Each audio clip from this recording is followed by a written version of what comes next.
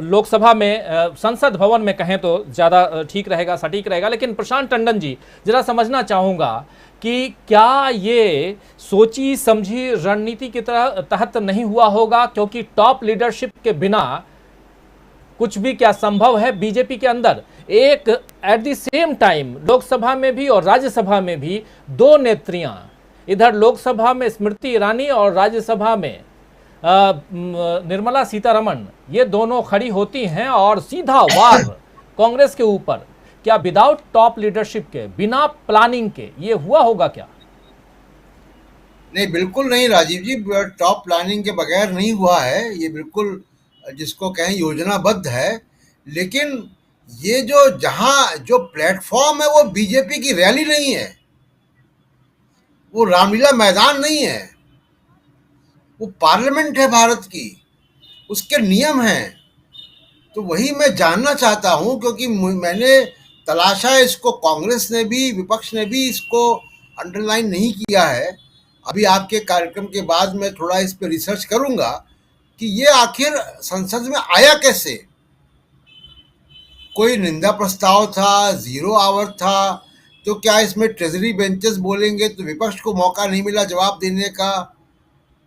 वो अलग बात है कि स्मृति ईरानी सोनिया गांधी को एड्रेस कर रही थी, चेयर को एड्रेस नहीं कर रही थी। ये उनको बेसिक समझ होनी चाहिए, कम से कम ट्रेजरी बेंचेस के लोगों को समझ होनी चाहिए, मंत्रियों को समझ होनी चाहिए। लेकिन ये अभी भी रहस्य है मेरे लिए कि दोनों सदनों में संसद के बाहर के किसी बयान को लेकर संसद में चर्चा करना, तो किस नियम के तहत हुआ, कब नोटिस दिया गया, उसमें कौन कौन बोलेगा, कितना स्पीकर ने सबको टाइम अलॉट अलग अलग पार्टियों को किया, ये मेरे लिए अभी भी रहस्य है।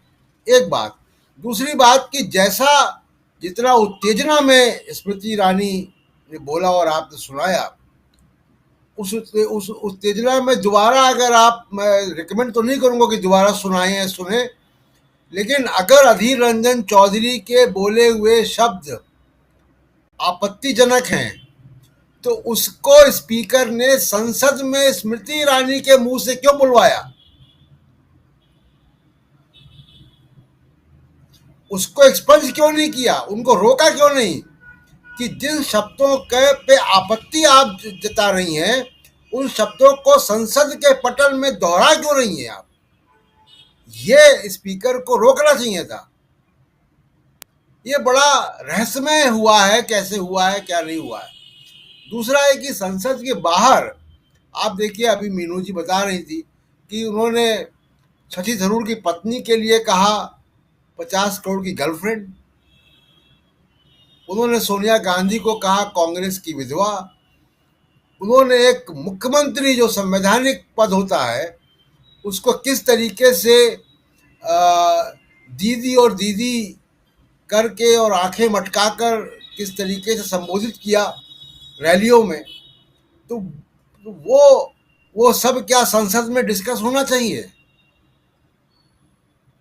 क्या हमारे जो पब्लिक फिगर्स हैं, जो चुने हुए लोग हैं, उनको यही सिखाया जाना चाहिए कि भाई पब्लिक लाइफ में कॉन्डक्ट आप कैसे करेंगे? अधीर रंजन चौधरी की बात मैं मानता हूं कि जी वो हिंदी भाषी नहीं है, और कोई भी गैर हिंदी भाषी क्षेत्र से, खासकर पूर्वोत्तर के लोगों में लिंग भेद की समस्या रहती है। हम सब के अपने अपने मित्र और दोस्त और समाज में हम देखते हैं तो वहां पे एक समस्या रहती है। बावजूद उसके मैं कह रहा हूं कि उनकी इतनी लंबी पब्लिक लाइफ है, उनको मालूम होना चाहिए था कि फर्क क्या है दोनों में और राष्ट्रपति पद के प्रोटोकॉल क्या है। दूसरी बात की देखिए, जो पॉलिटिकल बात है कि स्मृति ईरानी पे गंभीर आरोप है, स्मृति ईरानी को सरकार ने आके बचाव नहीं किया गोवा के मामले में, किस तरीके से मरे हुए आदमी के ऊपर उनको बार के लाइसेंस देने का आरोप है उनके परिवार के ऊपर, उसको बीजेपी ने नहीं रोका। उनकी उनकी बचत सिर्फ एक वजह से हो रही थी कि वो अमेठी से एमपी हैं और राहुल गांधी को उन्होंने हराया था, लेकिन उनकी स्थिति अभी भी डावाडोल है। गोवा का मामला अभी रुका नहीं है, गोवा में और नए खुलासे आने हैं अभी। बावजूद इसके कि सरकार इनकी है वहां पे, क्योंकि वो संज्ञान उन्होंने लिया है कमिश्नर ने, तो वो मामला आगे बढ़ेगा और दबेगा नहीं। तो स्मृति ईरानी को, लेकिन अभी भी मैं दोहरा रहा हूं इस बात को कि मैं इस पे बात होनी चाहिए कि ये कैसे ये मामला सभापति ने राज्यसभा के और स्पीकर ने इसको अलाउ किया, क्या नियम थे, क्या प्रस्ताव थे, किसको किसको कितना टाइम अलॉट किया गया वगैरह।